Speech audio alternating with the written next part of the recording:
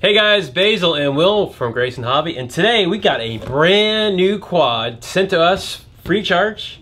Make that known in the beginning by SPC Maker. It is, what is this, Will? This is the SPC 95 GF or something. Don't worry, I got it.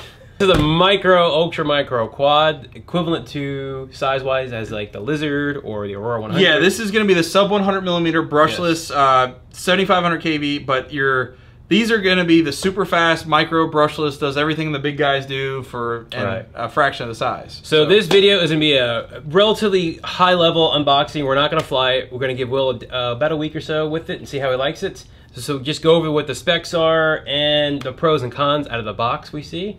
And I like about this is the orange camera. The RUNCAM? RUNCAM. This, yeah, guys, this is actually, I think this is like the next feat in micros, because everyone says, I love the micros, but I hate the cameras. Right. The cameras on micro quads are, in comparison, you know, when you go from a RUNCAM or Foxier camera down to these CMOS cameras, micro CMOS, they don't have the resolution, they don't have the light balance and all that. And what's the point of an FPV camera or a quad if you can't see? Yeah, that was the biggest sacrifice on a micro, was the video quality. And now, looks like SPC stepped up the game, and they're just straight up, they're like, hey, we don't know the cameras, so we're going to have RUNCAM. We'll have the best one out there. Yeah. Another cool feature with this is this carrying case, which is absolutely out of control awesome. So, that's enough, so we'll dive into this, and here it is. Now something new, what came in the mail today, Will? Well, we got this box here from DHL. All right. This is a new one. I don't really know anything about this. Kind of came by surprise here. Yes. So we're actually SPC Maker. Let's see. Nice. Now this is a pretty exciting little quad, actually, guys. Quality from pictures, because I've only seen pictures. Look pretty fantastic. SPC Maker. First off, beautiful case. This is really nice. Something other companies take point of. This is the SPC 95 with the RUNCAM micro camera in it. So guys, we are not dealing with micro CMOS anymore. We have a CCD, a really nice CCD RUNCAM, actual RUNCAM product. It's upside down in there. That's tiny right there. Right off the bat, I can tell you a couple things I really like. Just not even taking this out of the box yet.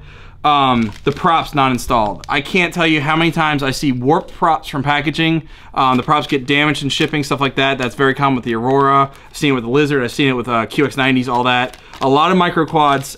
So the whole not installed from the factory, I think that's great, guys. It gives room for being bashed around the box. Yeah. Batteries, 350 milliamp, 11.1. So it comes with batteries. How many? It comes with 2, actually. Wow. I don't know if that's for sure everything or what, but... Oh, look at XT30s. XT30s. So that comes tie wrapped down there, right? Yeah, it's actually, it's got tie wraps on. Crap, just dropped batteries. Sorry, excited. They're defective. All right, little... That's good. That way it won't get bashed around in shipping. So we got the batteries. Let's go more with the accessories here. Yeah, 2 Velcro straps. Really nice little Velcro straps. The miniaturized versions of the really nice ones. Actual Velcro comes with Velcro, so you can strap. The battery? Yeah, I mean that's actually good because you can Velcro the battery down and then strap it. Keeps the vibration down, because if the battery's flopping around, you get vibration. This is nice. XT30 to XT60. So everybody that's flying FPV probably is using the XT60. So now instead of having to buy an extra charge cord or anything like that, you actually just use the provided adapter to charge your XT30 batteries. For charging, not for flying, right? Not for flying. Now, if I can get the hardware pack out, I'm guessing this is probably the prop screws here. Looks like maybe a couple spare frame screws and then prop screws here. That's nice. Props always work. Well, yeah, because they're not pre-installed or anything like that, obviously, because of the props. So that's that. And then we got a bunch of little zip ties. I don't see anything, because those look pretty cool right there. I'm not sure. Yeah, I'm not. I mean, I guess the zip ties maybe hold the ESC's wires down or motor wires down. One thing, these are GemFan props. These are actually GemFan 2035. So I'm sure they've been doing their research and doing their homework, and they're using probably the best little micro props right now for these guys. Nice. Everybody loves these things. Let's see how big it is. Put it on their thing here. So we got, well, that's on inches. Motor to motor going across, what are we at? Is that 95? Yep, from motor shaft to motor shaft, 95 millimeters. Okay. The actual length though, it's not a true X, so it's shorter. It's more like an H shape. 80 or 70 long overall length roughly? Barely 70, yeah. Yeah, this thing's small. This is tiny. That is tiny. There is a comparison of the Wizard and the SPC 95, so you can see the difference. And now we have the This is a lizard with, this is one That I got looks pretty- some mods done. Yeah, don't. What is going on with that? I play with different settings so I know what to get. It looked almost the same size. Yeah, they're both 95 I think millimeters. it just looks optical illusion because we don't have the props on there. We got old cheapo Melo back there. Will, all right. He absolutely hates this thing. This is the worst scale in the world, guys. It doesn't do grams, and everything we're dealing with isn't usually in grams. We have a conversion. 105 grams is flying weight. 105 grams? No. Yes. So you gotta put everything on the scale. Nothing on it. The flying weight now. We got 2.3. Hold on a minute. There you go. So let's scoot this to the side. And then we got a battery, 3.5. We got the props in a bag. So let's consider the bag extra dirt when you crash and stuff. 3.6. Oh, okay. Go. The battery strap. 3. And then wait, we got screws for the. Oh, we overshot. Close enough. Take this strap off. There we go. 3.7. So quad. What do we got? All right. So the quad itself. Let's start at the front. Work our way back. Yeah. Huh? Move the stool. There you go. That's let it rip. That's the sound for anybody asking. Back to the quad. Start at the front. Work our way back. Right off the bat, RUNCAM. This is a 2.3 millimeter lens. Actually, I believe the description actually said it was supposed to be a 2.1. So what's that mean? 2.3, 2.1. What's that's the field of view. So okay. This is a millimeters? Smaller field of view. The larger the number of the millimeter, the smaller the field of view. Yeah. Well, so no. 2.3 on this particular unit is 2.3. I would actually have liked to see 2.1, but maybe they did 2.3 for the props, you know, getting out of the video and stuff like that. Yeah. It has actually a fixed angle. Now that is one thing. A lot of the micros have adjustable camera angles. This one does not. Camera, 2.3 CCD camera, not CMOS, CCD, which is the one that's gonna be really good for your light balance. So the best camera made. One of the best, actually. This a lot of guys are running these in bigger quads too. It's just an excellent camera. RUNCAM really hit it out of the park with that one. So basically, they spared no expense on the camera. Yeah, that's top dollar, you know, micro camera right there. Well, I mean, when you're flying FPV, I mean, the camera is probably the most important, I think. Yeah, if you can't see what you're doing, then what's the point? Yeah. Have 1104 7500 kV motors. Holy crap! This is a 3-cell quad with 7500 kV motors. That's high kV. The Lizard has 6,000 kV, for example, and that goes 76 miles an hour. Proven 76 miles an hour on 3-cell. This may be the Speed King. We'll see. We'll see. Man, you're killing me. I want to go fly it now. VTX. It is a 48-channel VTX. It has a little dipole antenna, which I personally prefer. If you look at a lot of my personal micro quads, they're not running the cloverleaf. They're running the dipoles on them. That's great. I think that's great because it's durable. You can take a bashing and not break the antenna.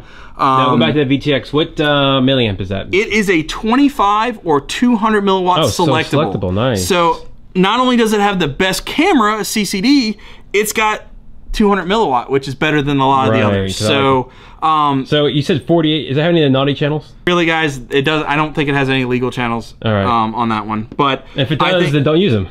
Yeah, simply don't use them. That's up to you. Don't run the red light, right? ESCs, well, it's a 4-in-1 speed control. These are only 10 amp. Now, that is a concern. This is 7500 kV on 3-cell with a 10 amp ESC. I would really have liked to see maybe 15 or 20 amp on that just to keep them from running hot or possibly burning out. It looks like a standard 4-in-1. Probably the same, similar. Actually, it does look like the same as like an Eachine 4-in-1. So not bad. The little mini cube style ESCs. Flight controller is an Omnibus F3. It does have the BetaFlight OSD on it, so you can go in, configure everything you want on the OSD, which is, with the newest BetaFlight, it's awesome, by the way. So you can get all kinds of information on your screen, which is really great. They do claim to have a 1 amp BEC built into that. If that's the case, that's really good because a lot of the mini cubes and all that only have half amp ESCs that's good then. Or BECs. Which is really good because you don't have to worry about maybe your receiver browning out or anything like that when the voltage gets really low. So the next thing, LEDs. It only has 2 programmable LEDs here, it looks like. Yeah, they are programmable from what I can tell. And it's running a buzzer in the middle. So we have the nice loud little buzzer that's actually very well protected. I've actually knocked that off on my Aurora. But this is very well protected LEDs and buzzer. It's programmable, which is really nice. The VTX cover. Ooh, okay. Last thing, receiver. Oh yeah. This is a XM Plus, and if you guys look there, I don't know if you can see it. It says FR Sky on it. So this appears to be a real deal FR Sky product, which is great. So it looks like SPC, instead of going, hey, let's find something that works with FR Sky, they said, let's just go to FR Sky and get the actual receiver. So wow, you have 2 authentic vendors on here that we know of. Yeah, it looks like they definitely partnered with other companies right. at this point, which is great. I like to see that. I don't like to see everything made just, you know, for the purpose of making a complete quad. If somebody makes a better product, put it on there. Excellent choice, guys. And to hit more on the receiver, they do have a couple of protocols. They have the DSM2, they have the Fly Sky, they have the Free Sky, and they have Futaba. Oh, Futaba. Okay, so the guys out there with Futaba, I guess you're not left in the dark there. Who are you? So again, is it all carbon fiber, or is it? Yeah, no. This is the. It looks like it's all carbon fiber, and the frame thickness. You have your little tester thing. Is it 3mm arm?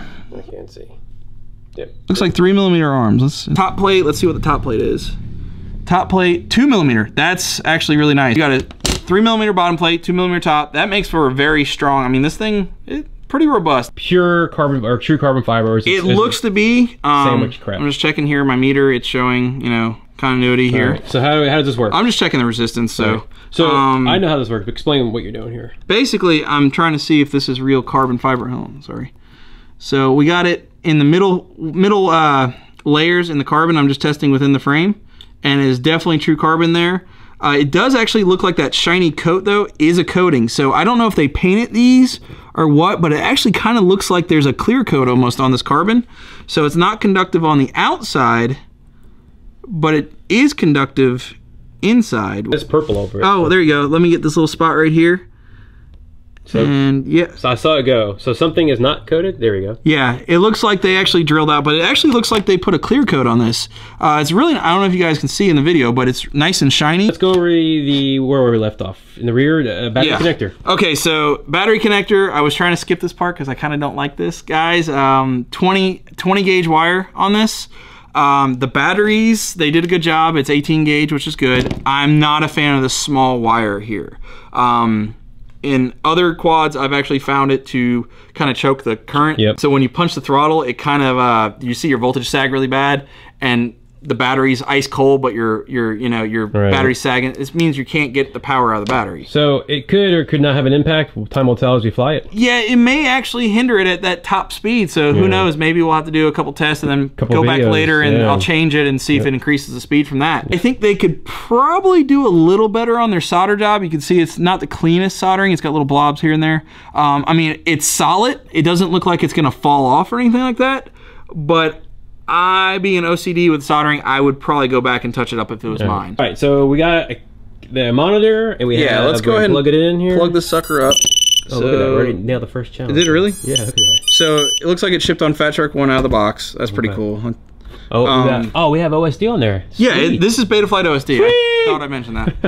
If you didn't, I don't understand. Yeah, so basically this has a fully programmable OSD. Now, actually, let's check something. What firmware came on this? This is a very new quad, if you guys see on the screen. So let me just cover that. See, it's BetaFlight 3.10 is what they came with. And then you got all the stuff there. Okay, so Fat Shark 1 it came stock with, right? It came on Fat Shark 1. I didn't change the channel, which it could vary. You just got to check it. Okay. So how would you change the channel on that guy? The little buttons on the side. Okay. There's on this side, looks like probably a combination of long press, short press, which we'll have to get the digital copy. Hopefully there's a digital manual available. This was a sample. I don't know if this is even really out yet. I'm not sure. I have no idea. Well, are you excited about this one? This thing's really cool. I mean, it has all the bells and whistles. I don't even know what to say. I wasn't even expecting it. I know what to say. I say configure it, fly it for a week, and report back to us. We will be doing a video very soon on this one. I'm definitely gonna fly the crap out of this thing. All right, guys. So that is a high-level summary and review, unboxing-ish. Yeah, we got the highlights going of what's in the box, the stuff there. So from out of the box, high level, without even turning it on, other than the batteries. What do you think? What are you pros and cons? As of right now, but again, the 220S was the same way. On paper or looking at this thing without flying it, this thing's freaking awesome. Right. Well, I can tell you the camera is better right off the bat. Yeah, I mean, they took a lot of minuses I found in other micros and they changed it. As far as pros and cons though, pros, first thing, that camera, by far, the camera is amazing. The VTX 25 or 200 milliwatt, awesome. Great. XT30 connectors. Awesome. We got silicone wire, 7,500 kV motor, super powerful motors. Now that may be a little high. Time will tell. Yeah. XM plus receiver, which is awesome. Excellent receiver for this version. Again, there's other protocols that we don't know what they're going to have. We may only carry the transfer. Right. I mean, we'll see. But fully carbon fiber frame. It looks to be full carbon fiber, which that's common on a lot of micros. That's really the bigger ones that are doing that. Okay. I do like. I didn't actually point out earlier recessed screws where the battery goes. So instead of having screws or something bulging out that can puncture your battery or damage your battery, they thought about that, so they actually recessed the screws where the flight controller is. Wow. So you don't have to worry about that. In fact, it comes with 2 batteries. Yes, 2 batteries. And this case. So the case, super nice props. All right, enough for the cable charger. Positive or great. Okay, right? okay. All right. So far, I think A+. So, cons, anything? Yes, okay. I did actually. There's a couple things I'm not crazy about. The first thing is by far the wire. I think they should have run. That's easy. 20 gauge wire instead of the, or I'm sorry, 18 gauge wire instead of the 20.